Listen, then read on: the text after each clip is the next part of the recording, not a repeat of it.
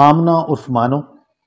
और रईस की जो डिलीवरी बॉय था उनकी वीडियोस, उनके केस की वीडियोस इस वक्त पूरे मीडिया पे वायरल है और उनको बहुत व्यूवरशिप मिल रही है। लोग बहुत फॉलो कर रहे हैं इस केस को, मीडिया बहुत प्रोजेक्ट कर रहा है, बड़ा हाईलाइट कर रहा है इस केस को।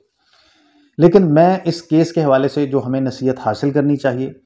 जिन पहलुओं पर हमारे बच्चियों को, हमारे बच्चों को, हमारे वालिदैन को गौर करना चाहिए, हमें गौर करना चाहिए, मैं उन नुक्तों पर आपकी तवज्जो दिलाना चाहूँगा। सबसे पहला नुक्ता कि हर औरत का, हर बच्ची का एक प्राइवेट दायरा होता है। उस दायरे में जब कोई अजनबी शख्स नकब लगाता है, जब घुसता है, तो इन बच्चियों को पता होना चाहिए कि वो कौन सा औजार इस्तेमाल करता है। तो प्यारी बहनों और बच्चियों, वो अजनबी शख्स, वो गैर महरम शख्स जो औजार इस्तेमाल करता है आपके प्राइवेट दायरा में घुसने के लिए, वो तारीफ और तौसीक के अल्फाज होते हैं। ऐसे अल्फाज का चुनाव करता है कि जो आपको फैंटेसी वर्ल्ड में ले जाते हैं और आप उसकी बातों से मिसमराइज होकर, सहर अंगेज होकर उसे अपने प्राइवेट दायरा में घुसने की इजाज़त देते हैं। ये सबसे पहली और बुनियादी गलती करती हैं ख़वातीन इस किस्म के वाक़यात में, और जो गलती, पहली गलती आमना से हुई। उसके बाद दूसरी गलती कहाँ पे हुई कि जब आप पहले स्टेप पे गलती कर बैठें कि आप कम्युनिकेट कर बैठें, वीडियो कॉल अटेंड कर बैठें, या आपका कोई डाटा उसके पास चले जाए और उसका डाटा आपके पास चला आए, तो फिर उसके बाद दूसरी गलती कहाँ होती है कि आपने ये सोचना है कि इस दौरे जदीद में कोई भी शख्स अगर ये समझे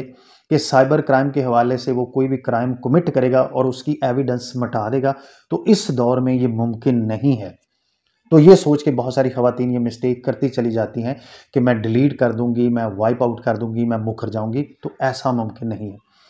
तो इस सोच को पीछे हटाएं और फिर उसके बाद अगला स्टेप ये है कि आप अपने तौर पर, अगर आप अपनी फैमिली से शेयर नहीं करना चाहती इस मिस्टेक को, तो अपने तौर पर जो आप स्टेप ले सकती हैं कि आप गवर्नमेंट की जो ऐप्स बनी हैं हरासमेंट के हवाले से कंप्लेन करने की, उसमें रिपोर्ट करें। आप अपनी सिम चेंज करें। आप ख़ानदान के किसी बुज़ुर्ग को जिस पे आप एतमाद करते हैं उसको एतमाद में लें। अच्छा, अगर ये भी गलती कर दी आमना ने, एतमाद में नहीं लिया, फिर उससे आगे बढ़ें। तो जब आप अपने खामद को या भाई को इत्मीनान में नहीं लेते, किस वजह से नहीं लेते कि लड़ाई होगी, बदनामी होगी, तो इस नुक्ते पे ज़रा रुक के सोचिए कि वो लड़ाई जो पहले स्टेज पर आमना के ख़ानदान और रईस के ख़ानदान में होनी थी या पुलिस में रिपोर्ट होनी थी, क्या इस वक्त जो दोनों ख़ानदानों का नुकसान हुआ है, जो बदनामी हुई है, वो स्टेज पे होने वाली बदनामी जो है उससे कम है? कतन कम नहीं। क्योंकि ये जो अनजाना खौफ है ना, लड़कियों को जो डराया जाता है कि मैं तुम्हें बदनाम कर दूंगा, मैं तुम्हें ऐसे कर दूंगा, तुम्हें तलाक दिलवा दूंगा, लड़कियों को ये समझना चाहिए कि ये वो स्टेज है जहां पे वो डर जाती हैं और फिर अगले स्टेज पे और ज़्यादा एक्सप्लॉइट होती हैं। तो पहले आपने उस तारीफ और तौसीक के अल्फाज पर इत्मीनान नहीं करना। दूसरा स्टेप ये कि आपने रिपोर्ट करना है। तीसरा स्टेप कि आपने अपने ख़ानदान के सरबराह को, अपने खामद को, अपने भाई को ये बात पहले स्टेज पे बता देनी है। उसको आमना की तरह 4 माह या 6 माह नहीं लटकाना। और उसके बाद दोस्तों आगे बढ़े।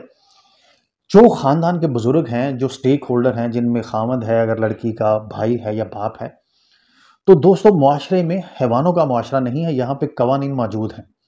तो अगर वो रईस को उसके खामद ने, आमना के खामद ने पकड़ लिया था, तो अपने तौर पर अगर थोड़ा बहुत गुस्सा निकाल लिया था तो पुलिस को रिपोर्ट करता और पुलिस को बताता और उन्हें सारी एविडेंस देता, तो कानून अपना रास्ता खुद बनाता और कानून के मुताबिक रईस को सज़ा मिलती, वो जान से ना जाता और उसे नसीहत आती और किसी हद तक आमना को भी वो वार्न करता और आमना के लिए भी थोड़ी बहुत सज़ा तजवीज़ करता, भी तुमने 4 माह मुझे क्यों नहीं बताया, और उसके बाद उसकी निगरानी सख्त करता, रईस के घर वाले उसकी निगरानी सख्त करते, तो ये मसला हल हो जाता। अब इसके बाद आगे बढ़े तो दोस्तों, इस वक्त मीडिया जो कुछ कर रहा है, क्या मीडिया वालों ने, जो ख़वातीन हैं, एक खातून से इतने मैं समझता हूँ गैर अखलाकी सवाल कर रही हैं, मर्द भी गैर अखलाकी सवाल कर रहे हैं, सिर्फ ये लोग दिलचस्पी से हमारी वीडियो देखें, इसको रेटिंग मिले, इसको व्यूवरशिप मिले। क्या उन्होंने कभी उन 3 बच्चों के बारे में सोचा है जो आमना के बच्चे, और क्या उन्होंने सोचा है कि उन 3 बच्चों ने इसी मुआशरे में बड़े होना है, और ये जो डाटा उन्होंने सोशल मीडिया पे डाल दिया है, ये तो फॉर एवर सोशल मीडिया पे पड़ा रहे।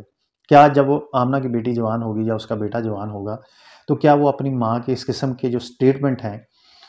वो उनको फेस कर सकेंगे, या ज़माना उनको इज्जत की ज़िंदगी जीने देगा उन दोनों ख़ानदानों को? तो दोस्तों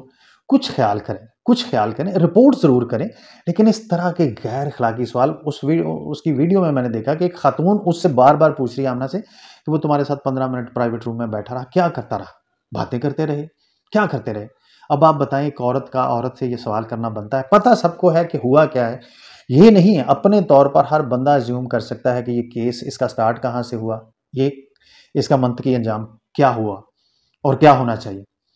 तो रईस के ख़ानदान वाले भी अब सब्र करें, और सब नौजवान के ख़ानदानों को चाहिए कि वो अपने बच्चों की एक्टिविटीज़ पर नज़र रखें, और सारे ख़ानदान, जितने भी पाकिस्तान के ख़ानदान हैं जो मोबाइल यूज़ करते हैं, उन्हें अपने घर में अपने बच्चों के मोबाइल फ़ोन या ये गैजेट्स जो हैं, इनको यूज़ करने के हवाले से SOPs डिज़ाइन करने चाहिए। और घर में जो यंग बच्चे हैं, जो बहू हैं, जो बेटियां हैं, किसी के मोबाइल पे कोई पासवर्ड नहीं होना चाहिए। और ख़ानदान के सरबराह को ये इजाज़त होनी चाहिए हर वक्त कि वो किसी भी वक्त बच्चियों का या बच्चों का मोबाइल उठा के उसका जायज़ा ले सकता है।